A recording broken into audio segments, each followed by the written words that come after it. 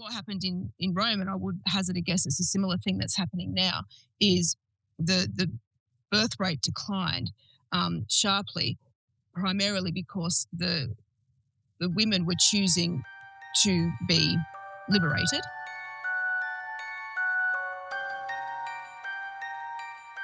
Hi, and welcome to, or back to, my channel where I offer my thoughts and opinions about whatever catches my attention. I'm Kit, and today we're looking at yet another video from Chris Williamson about women. We are his favorite topic, the brutal tactics of female sexual competition, with the thumbnail, Vicious Women, and pictures of the cast of Mean Girls. This is not helping disprove my theory that all these folks know about women is taken from Mean Girls, which is a movie about high school students. But at least this time, Chris is talking to a woman, Dr. Dani Sulikowski, and I'm going to take credit for that. Now, before we get into it, I would like to share a comment I received about this video. This person has also suggested 2 other videos to me at this point, and I'm sure by the time you see this, they will have suggested more. And it's a bit funny because with one exception, these videos were already on my content calendar, which makes me wonder, but anyway, guess what stood out to me in this comment? Hey spinster, Dani Sulikowski on Chris Williamson. Check it out.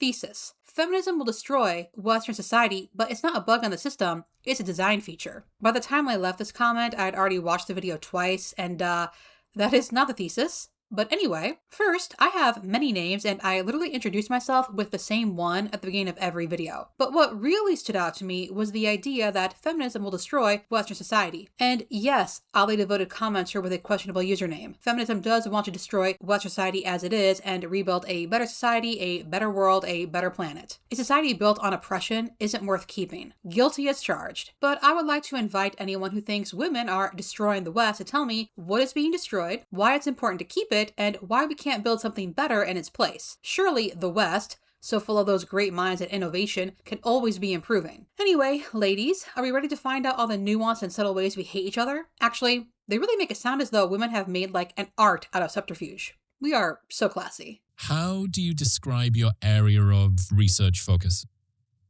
So my research focus is the evolutionary psychology of human behavior.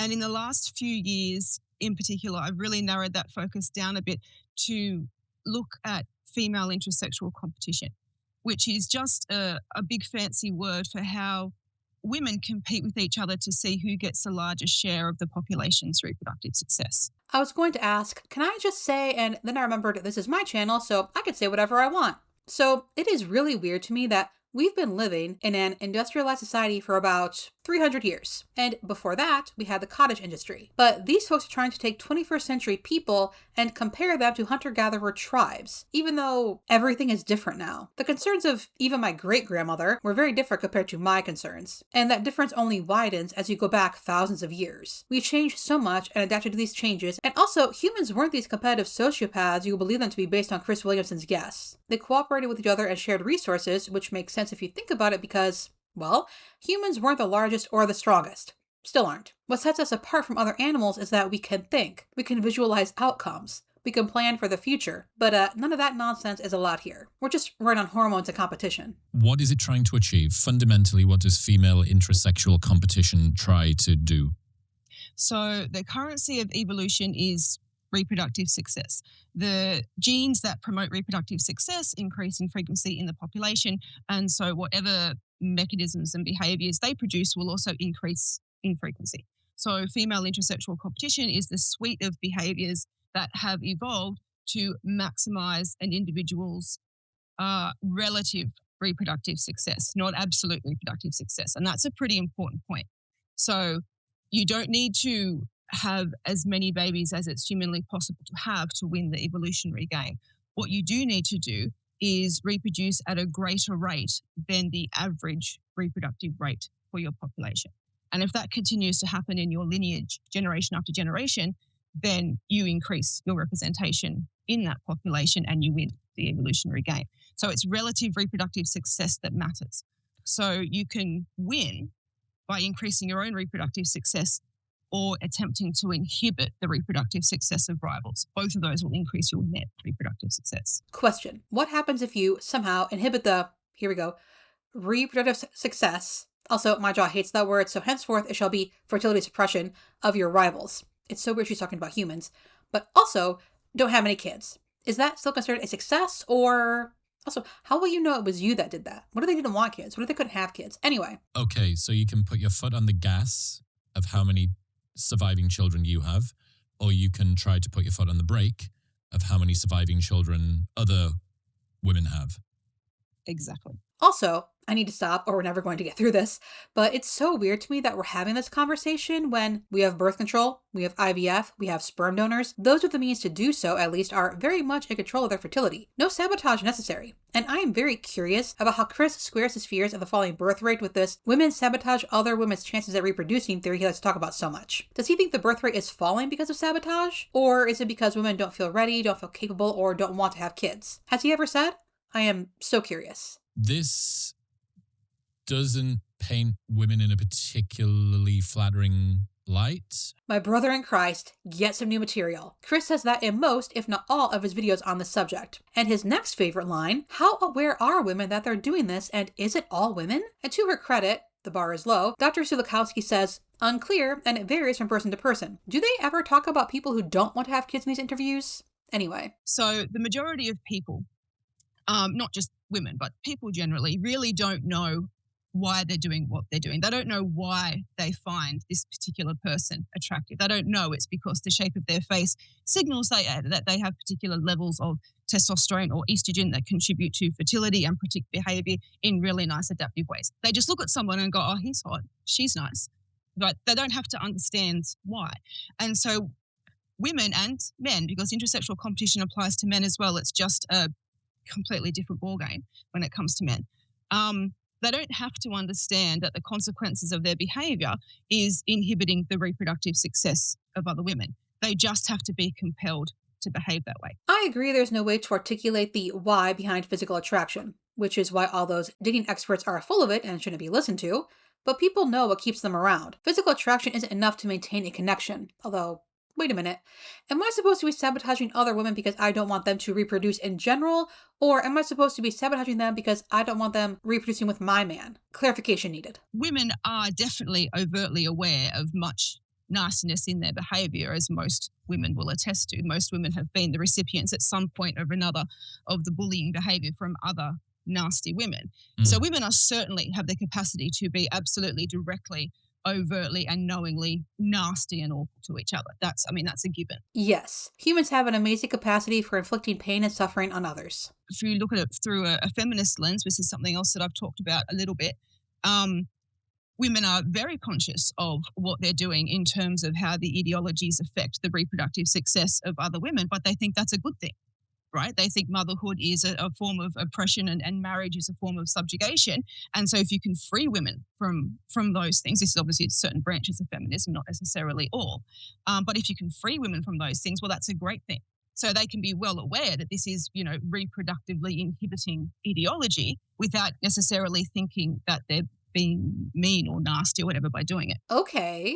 But if there are women, feminist or otherwise, who believe that marriage and parenthood are oppressive to women, so they advocate for women to not pursue those things, well, for one, that's not subterfuge, and for two, they're not doing that themselves, so it's not as though they're upping their chances for fertility success, so I'm not following how this fits into what Dr. Sulikowski is saying. This also makes me wonder if she, and Chris, believe that there are women who actually don't want kids, or if they've just been convinced they don't by some tricky suppression. People are very, I assume this is my impression, but I think women are very aware of the phenomenon by which an attractive woman introduced into a workplace or a social setting or something, is very likely to raise the ire of, potentially many other women, simply because she's attractive, and women will understand that.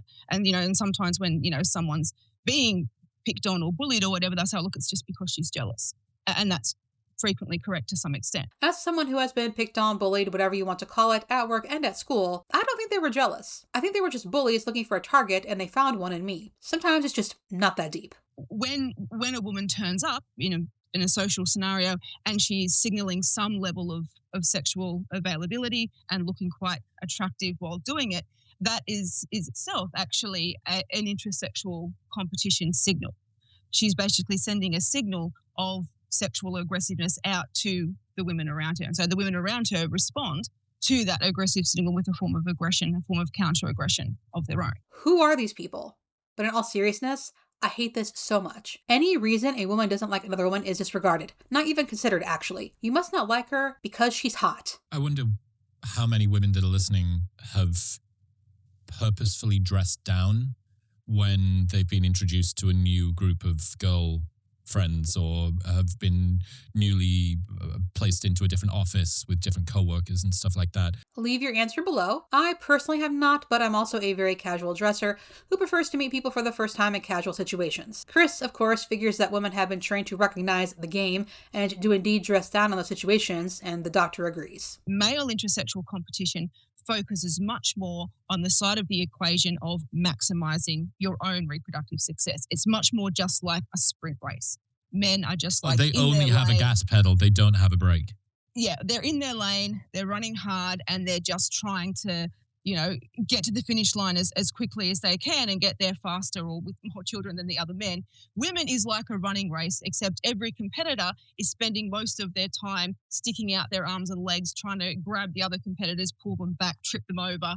And the end result is that the entire field doesn't necessarily really go anywhere, which is why net reproductive success is so important. The entire field as a whole cannot move, and everybody can have relatively low reproductive success, but whoever is at the top of that relatively low number wins. But how are we measuring winning? Susie has 2 kids, Jane has 1, and Sarah has none. How many kids Jane and Sarah have has no bearing on Susie's life unless they all want the same man. And despite what the manosphere says, that's highly unlikely. And Jane meeting someone having a kid with him, nothing to do with Susie or Sarah. This is so weird. Whereas men simply don't have those same concerns. Men can have, it's not quite as simple as that, especially in the modern world with, courts enforcing sort of child support payments and things like that. But essentially, men can have children from previous relationships, and it is a much less serious impediment to them then embarking on a future relationship that might be more long-term, that might then yield more long-term children in a more family-like environment. That's not really an option that's available to women unless they're prepared to wear the massive costs that go with it. Oh, I don't know. I think a lot of women would be hesitant about getting with a man who's abandoned his already existing kids. And I have to say, it's really weird how these folks talk about men and kids. Men apparently never feel anything toward them, they're just their legacy. It's enough they exist, they don't have to raise them. Just leave them with mom if it doesn't work out and move on. Maybe the next woman will work out. And if not, just more fodder for the bloodline. So strange and heartless. And I do think that this intersexual competition game that women play is a fundamental organizing principle of female social behavior. I really do. I think it dictates much of what women do much of the time, whether they realize it or not, of course. And I think she and other so-called evolutionary psychologists are full of it. Women don't spend their lives plotting the downfall of other women in general, but especially not because of reproduction. That does not mean women always like each other, but this idea that women can never get along, can never like each other, can never form actual friendships because we're too busy trying to sabotage one another, they should try uttering that out loud. It's obvious how ridiculous that is. And as I did so, it occurred to me that they're centering men in women's lives for women. Women don't even have to do it, other people will do it for them. It is insulting, and honestly, this doctor should be appalled at what she's arguing for. Women, per Dr. Sulikowski, have no dreams, goals, wants outside of snagging the best. However that's being measured, I assume money. Man, and having, I don't even know, the most children? More children than other women in her vicinity? Who knows? But they are reducing women down to marriage and motherhood, and women have worked so hard for centuries, for generations, to demand acknowledgement that we are more than wives and mothers or potential wives and mothers. And here is another woman trying to shove women back into that box. I imagine that there's many women listening who don't like the sound of their entire sex and much of their social behavior being painted in this kind of a light. Given that you're a woman, how have you found it best to not even soften the blow, but to explain this in a manner that women become receptive to, as opposed to saying, and you do this, and you're trying to get your friend to break up with her husband, and she's eating herself out of a fertility window, and blah, blah, blah. That's an interesting question, actually. Surprisingly, I've so far I've been exposed, I think, by the nature of social media and whatever. I think I've been exposed to very friendly audiences, both male and female. So I think I've been spared, not entirely, but I've been largely spared too much of vitriolic pushback or even resistance. But actually, I get more resistance from men than I get from women. Most women look at me and just nod and just go, yeah, that's exactly Do you what think that's because it's they've been like. on the receiving end? Yeah, and every woman's been on the receiving end. Every woman, I think, has to some extent engaged in this, certainly with big individual differences. But I don't think there's any women who escape it either. It's so interesting she's had that experience because the comments on Chris's video, and I'll be willing to bet my own that this video does well, are full of men saying, "Yep, sounds like women." Am I surprised as Chris's audience? No. But the women who agree, well, setting aside the hubris you must have to think you could speak for a whole sex, humans do have free will. You don't have to make life miserable for people, and honestly, I'm just trying to up my fertility rate. People actually believe that sort of thing? That's a very thin excuse, and we shouldn't encourage it. I was bullied as a kid, and as a teen, and as I mentioned, in the workplace. And I'm not buying for a second they were trying to mess with my fertility, especially at age 4. Anyway, Chris would like to look at how this suppression translates to the real world, and for the doctor, women, TLDR, give advice to other women that they wouldn't take themselves, such as delaying kids or not staying home, and of course, they mention the articles about is having a boyfriend right-wing coded, and Target's apparently Valentine's Day collection dump him. Boycott Target, problem solved. And I'm just going to be blunt. That is why people should have a strong internal sense of self, and also kids should be taught media literacy as soon as they start school. No matter your sex, gender, religion, whatever, there will be people who give you bad advice, there will be clickbait, and whether intentional or not, it's important you are able to consider the advice of others and make your own decisions, regardless of whether someone is urging you to break up with someone who's good for you or telling you to stay with someone who's not. In terms of it, thinking of it as a competition, that there are people who are winning this competition and there are people who are losing this competition. And I guess the most extreme example, I think, of women who in our world, of women who are losing this competition in a massive way, and it is a pretty extreme example, I'll grant you that, but more common than you might think, is women who are going out and in their very young and naive, early 20s, going out and getting themselves made sterile, getting their tubes tied or severed or whatever. That's happening? Yeah. Yeah. Oh my God. Yes. No, that is a thing. Like, it's not a massive thing, but no, that is, I promise you, that is absolutely, definitely a thing. With this idea that they're now free, they can now have all the sex in the world they want, and they don't have to worry about contraception failing. They'll never be tied down. They'll never have children. And what's interesting about this phenomenon is that, again, it's not just about them doing this to themselves.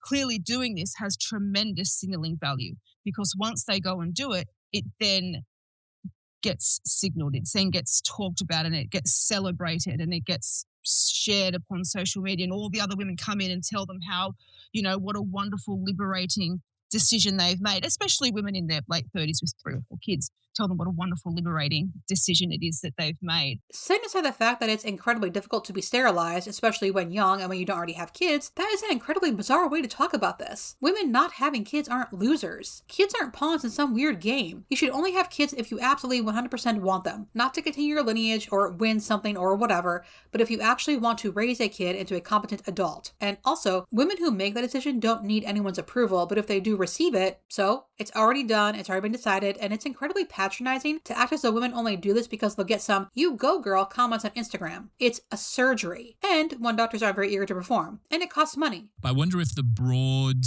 elite female support for LGBT or sort of non-typical relationship preferences is also a type of fertility suppression. Because I guess having a boyfriend or a husband might be cringe, but I bet that having a girlfriend or a wife wouldn't be cringe.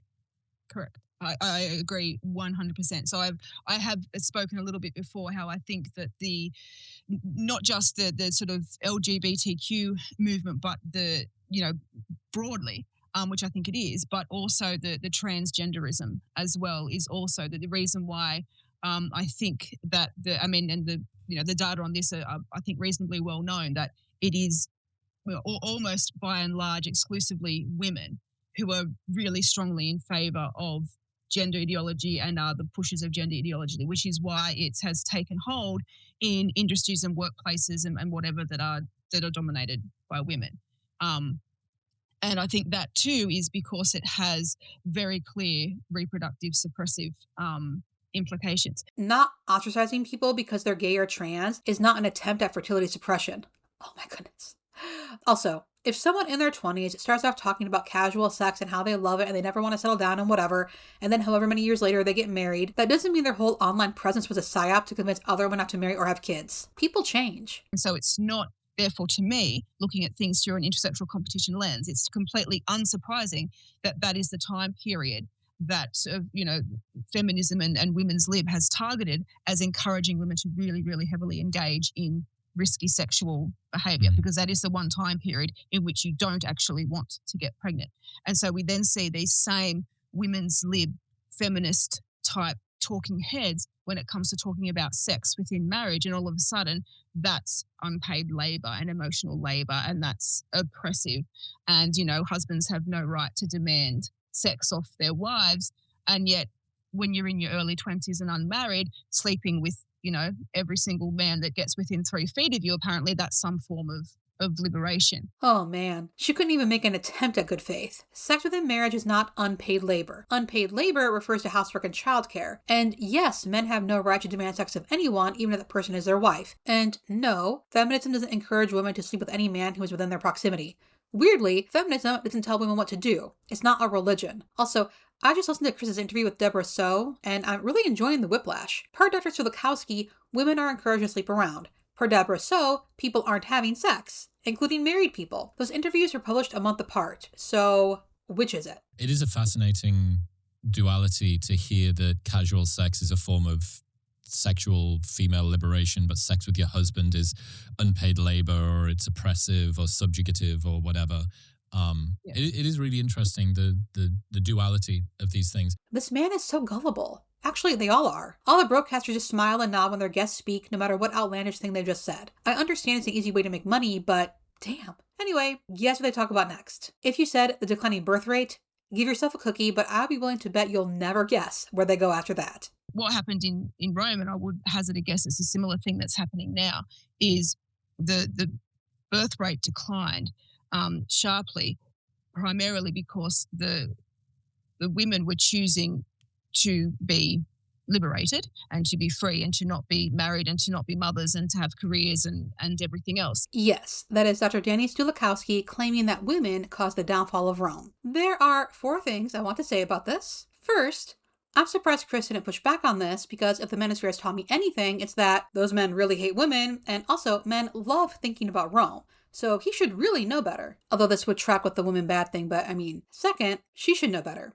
Third, women chose to be liberated, huh? I was unaware liberation was a choice. But setting that aside, it sounds as though the doctor here doesn't think marriage and kids are all that liberating, despite waxing poetic about how happy married mothers are.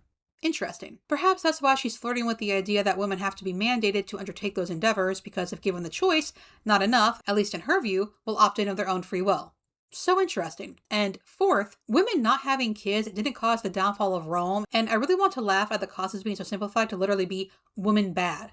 How uneducated, how misogynistic do you have to be to believe that women choosing to be liberated caused the downfall of an empire? But I can't laugh, because people really do eat this stuff up and think that means women shouldn't have rights. According to the way I see it, Reminder that this is what the whole video is about. This is all her speculations, her thoughts, her opinions, her conclusions. And yes, my video is my thoughts and opinions as well, but I acknowledge that. She does not. Dr. Sulikowski presents her thoughts and opinions as facts, though to be fair, that seems to be the evil segue. Possibly because they're trying to make behavior fit conclusions they've already drawn. Sarah doesn't like Jessica. She must want to suppress her fertility. It's just so weird. How does the mind even go there? Hannah doesn't like Lily's boyfriend. She's trying to suppress her fertility. It's like they can't imagine women looking out for their friends, or for that matter, women actually not liking a man. But no Is that a good thing or individual, a bad thing? no individual is going to think, I'm going to not do the thing that seems exciting and independence enabling to me in order for me to serve. It feels almost like some kind of social reproductive conscription that you're asking me to do, where I don't get to do this thing because what the world civilization needs me to be a birthing machine. So feminism has certainly done a really stellar job of making sure that that's the way people think. And, props to it. But forgetting about the imposition on individual people for a moment, because we could say exactly the same thing. In fact, I think we could say much more about what's needed about the male commitment to keep a civilization profiting, right? I mean, you think that it's might be bad news for women that they need to have children and families in order for civilization to prosper. Well, what do men need to do in order for civilization to prosper? They need to work themselves to the bone, frequently die, get sent off to war. Like, if civilization is going to prosper, men have got a pretty raw deal. So it's not as though we're talking about it's all fun and games for men and women have to carry some sort of burden. I like how she just ignores the women who work hard, who go to war, who suffer. Apparently, that's something only men do. But I would like to know, for every man with an office job, would a woman get a reprieve off having kids? Also, how many would she be required to have? What if her presumably male SO didn't want kids? I have noticed that men are usually absent in these conversations. Is it because they assume men will want kids, or because they figure the woman will be raising them and thus the man's opinion doesn't matter anyway? What really strikes me, though, besides the casual way she discounts women and their contributions to the world, is how the doctor talks about this so casually, as if we're not talking about human lives. How does she think people who are born to parents who didn't want them, regardless of the reason, will be raised? Why do these people always think it's a good idea to suggest that people who don't want kids have them anyway to keep society going? Again, a society built on oppression isn't worth keeping. And yes, mandating that people become parents is oppressive. Also, you can be community focused, you can work toward building a better future without having kids. And this is all without taking into account the fact that kids do cost money. Have a look at the state of women at the moment. Massive mental health crisis, not happy, ending up childless, partnerless. So we're not, and we sort of spoke about this earlier in this discussion as well, that, the end results of these strategies for women, I think sensible people, I think, would have predicted that they may not have been very positive, but we're now seeing, that the happiest women are the women who are married and have children, and the least happy women are the women who are not married and don't have children. Perhaps we'd be happier if people weren't constantly debating whether or not we should have a right to agency over our own lives, and if the world wasn't a shit show. But anyway, Dr. Sulikowski isn't the only one to suggest that married women with kids are happier than women without. They never seem to go anywhere with that, but I'm curious. Do they think women should be mandated to marry? Subtly encouraged? This discussion sprung from Chris's question of women in the workplace, good or bad, and I'm pretty sure she wants to say bad, but she's quibbling, though I don't know why.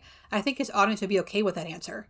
Nonetheless, stop narrowing women's lives down to marriage and motherhood. Stop using those as metrics of women's happiness. Stop acting as though those two things will magically make women happy. They always forget it's not marriage that makes someone happy, but who you are. If you don't want to be married, marriage isn't going to make you happy. And who you're married to. If your spouse isn't a good fit, you're not going to be happy. And it's not parenthood that makes someone happy. People who want to be parents will be happy, and people who don't will not be happy. Can we please stop acting as though marriage and motherhood are a panacea for women? There's kind of a soft misogyny to saying that the highest contribution that a woman can make is behaving or working like her father and having sex like her brother. First, why is a woman doing something people apparently associate with men being considered behaving like them? Why is it assumed that isn't natural to her? That's not what she wants to be doing. Second, who says that? No one's seeing a woman climbing the corporate ladder as thinking, oh, she's working like a father, or having multiple lovers. Oh, she's sleeping around like a bro. Explain to me how branding men and masculinity as toxic is female intrasexual competition. Because it destroys female mate choice preferences. For the upteenth time, toxic masculinity isn't referring to masculinity in general. And also, the term was created by men. Also, what? It's what it's targeting, what the toxic brand is being attached to is every aspect of men that women should actually, I won't say every single aspect of men because it obviously gets targeted at actually bad behavior, but all of the regular masculine behaviors that this toxic label gets thrown at are exactly the type of masculine behaviors that women should actually be looking for in a high value partner. Conscientiousness, honesty, kindness, resilience? And so it is skewing women's mate choice Can you preferences. explain how that manifests or how that comes into land? Men who are socially dominant and socially aggressive make for excellent providers and for excellent protectors. But any kind of social dominance or aggression shown by men is is being completely demonized and labeled toxic. Yeah, it's so weird that domineering and aggressive individuals would be labeled toxic. What a puzzle. She tries to make a case that, in the past, men would just take men who showed an inappropriate interest in children or treated women badly into the shed and beat them, and then they wouldn't do that anymore. Or at least not so openly. And no, beating someone doesn't change them. She also tries to say that women secretly prefer those traits even when they try to convince themselves they don't, so women are apparently dating men they're not really attracted to because men are so docile now, and women really want the aggressive, dominant male. Everybody wants to be one of the lineages left standing, because what's the genetic prize if you are one of the lineages left standing is that you get to be part, if you're a woman, you will get to be, because when you get invaded, it's the women who survive and reproduce, it's not the men. You get to be part of the founder population of a new society that will go through a large expansion phase. This woman cannot be for real. She says it so casually. If you're a woman and your country is invaded, you survive and reproduce. And you're a winner because your genes are being perpetuated. I know a lot of people in the US have a hard time imagining this because we're the ones bombing other countries and not the ones being bombed, but no one is unscathed by war. Also, how does she think those women who survive are treated by those invading countries? She seems to have this bizarre notion that the women are just married off to the invaders and, hey, it's okay if you lost your entire family. You have new kids now, so you still win. Who are these people? I think that's enough of that. The doctor concludes that the feminization of the workplace, yes, she's referring to the Helen Andrews article, hastens the collapse of civilization, and I find it very odd that she chose to pursue a career when she clearly thinks women do no good when they're out and about in public. Or perhaps she considers herself an exception? But honestly, this is just two people who think they're smarter than everyone else. Final thoughts? I would recommend checking the studies they use. This can be difficult since Chris never links them and they're rarely actually named, but for example, a potential Marianne Fisher study was mentioned, and I think they're referencing The Rival Wears Prada, which had 271 participants. And then they take those studies and apply them to women. There are 4 billion of us on this planet. Stop it. Another thing, something these folks like to stress is that women, just women, remember, men never dislike each other, or if they do, they're allowed to simply not like someone without it being this big evolutionary thing. Women might be sabotaging another woman without even being aware they're doing it. So, how do we know that's true? They're looking at studies and drawing their conclusions from that. And their audiences eat up, apparently never wondering how exactly we can know what's going on in someone's mind, especially if the person in question doesn't even know. But that's what happens when someone is fed a steady diet of women bad.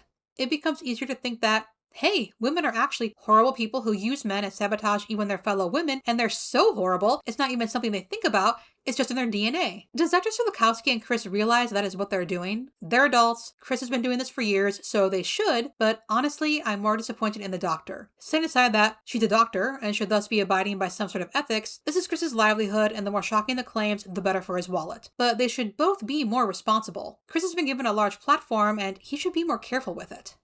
And that's it for this video. My socials and Patreon are linked below along with sources and resources. I would like to thank everyone for watching, and of course I would like to give special thanks to my patrons. Have a wonderful day, take everything with a large grain of salt, and I'll see you in the next one.